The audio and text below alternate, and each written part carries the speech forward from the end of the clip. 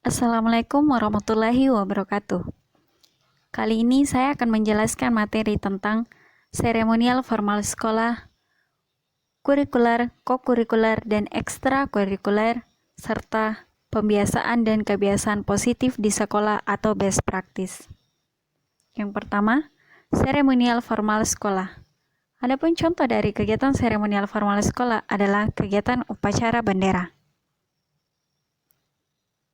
Upacara bendera setiap hari Senin merupakan kegiatan wajib yang harus dilakukan oleh seluruh sekolah, baik sekolah negeri maupun swasta. Kewajiban ini berdasarkan Permendikbud RI nomor 23 tahun 2015 tentang penumbuhan budi pekerti atau PBP. Upacara bendera memiliki manfaat yang sangat baik bagi penambah budi pekerti dan karakter bangsa, terutama nilai-nilai kebangsaan dan kebinekaan. Nilai-nilai tersebut terkandung dalam setiap urutan kegiatan atau tata upacara bendera. Nilai-nilai tersebut adalah nilai kedisiplinan, kepemimpinan, kerjasama dan kekompakan, kekuatan fisik dan mental, patriotisme atau kepahlawanan, dan lain sebagainya. Adapun contoh dari kegiatan upacara bendera, yang pertama, pengibaran bendera merah putih. Bagi petugas pengibar bendera, ada nilai gotong royong dan kebersamaan saat mengerjakan tugasnya. Mereka harus terbiasa dan bisa mengharmoniskan posisi badan dan gerakan mengayun dan hentakan kaki mereka. Salah seorang petugas bendera tidak dapat berbeda gerakan dan sikapnya. Jika ada, maka pelaksanaan upacara benderanya bisa dinyatakan kurang baik. Hal ini karena pengibaran sang merah putih merupakan ruh atau kegiatan inti dari pelaksanaan upacara bendera. Yang kedua, mengheningkan cipta. Saat mengheningkan cipta, peserta didik diajak untuk mengingat dan menghayati jasa-jasa para pahlawan yang telah berjuang melawan kebebasan, serta seraya mendoakan mereka yang telah mendukung jiwa, raga, dan harta. Dengan demikian, para peserta didik dapat meneladani jiwa patriotisme para pejuang dan kecintaan mereka terhadap bangsa dan negara akan semakin tumbuh dan kuat. Ketiga, membaca teks Pancasila.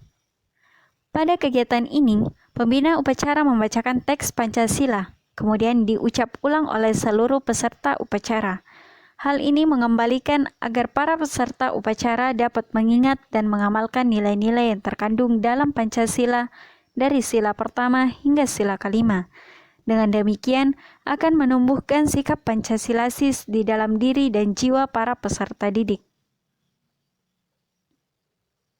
Keempat, teks pembukaan Undang-Undang Dasar 1945. Kegiatan ini untuk mengingatkan kembali tentang dasar negara Republik Indonesia, memungkinkan para peserta didik dapat mengamalkan nilai-nilai yang terkandung di dalamnya. Yang kelima, amanat pembina upacara. Pembina upacara memberikan amanat atau nasihat kepada para peserta upacara. Amanat atau nasihat yang disampaikan bisa apa saja yang mengandung nilai-nilai pendidikan dan karakter bangsa. Dengan demikian, diharapkan para peserta didik dapat terus mengingat dan mengamalkan apa yang dinasihatkan oleh pembina upacara. Materi yang kedua, kurikuler, kokurikuler, dan ekstrakurikuler. Yang pertama, kegiatan kurikuler atau intrakurikuler. Kegiatan kurikuler adalah kegiatan utama persekolahan yang dilakukan dengan menggunakan alokasi waktu yang telah ditentukan dalam struktur program. Kegiatan ini dilakukan guru dan peserta didik dalam jam-jam pelajaran setiap hari. Kegiatan intrakurikuler ini dilakukan untuk mencapai tujuan minimal setiap mata pelajaran atau bidang studi yang tergolong inti maupun khusus. Contohnya, di setiap sekolah umum pasti ada kegiatan mendidik siswa dengan berbagai macam pelajaran seperti matematika, PKN, IPA, IPS, agama, dan lain-lain yang dilaksanakan mulai dari pukul 7.00 hingga 13.00 dengan jeda waktu atau istirahat 2 kali. Yang kedua, kegiatan kokurikuler. Kegiatan kokurikuler adalah kegiatan yang dimaksudkan untuk lebih memperdalam dan menghayati materi pelajaran yang telah dipelajari dalam kegiatan intrakurikuler di dalam kelas. Contohnya, yang pertama, bimbingan baca tulis Al-Quran untuk mata pelajaran Al-Quran hadis. Yang kedua, bimbingan kaligrafi Arab untuk mata pelajaran bahasa Arab. Yang ketiga, bimbingan seni tari, drama atau seni pertunjukan untuk mata pelajaran seni dan budaya. Keempat, bimbingan belajar di luar jam pelajaran. Yang kelima, pemberian PR. Yang ketiga, kegiatan ekstrakurikuler. Kegiatan ekstrakurikuler adalah kegiatan yang dilaksanakan di luar jam pelajaran biasa atau di luar intrakurikuler dengan maksud untuk menyalurkan kemampuan siswa sesuai dengan bakat dan minatnya yang bisa dilaksanakan di sekolah atau di luar sekolah. Contohnya, pramuka, OSIS, PMR, olahraga, pecinta alam, paskibra, kesenian, dan lain-lain. Materi yang terakhir, pembiasaan dan kebiasaan positif di sekolah atau best practice. Yang pertama, kegiatan rutin. Kegiatan rutin adalah kegiatan yang dilakukan secara reguler dan terus-menerus di sekolah.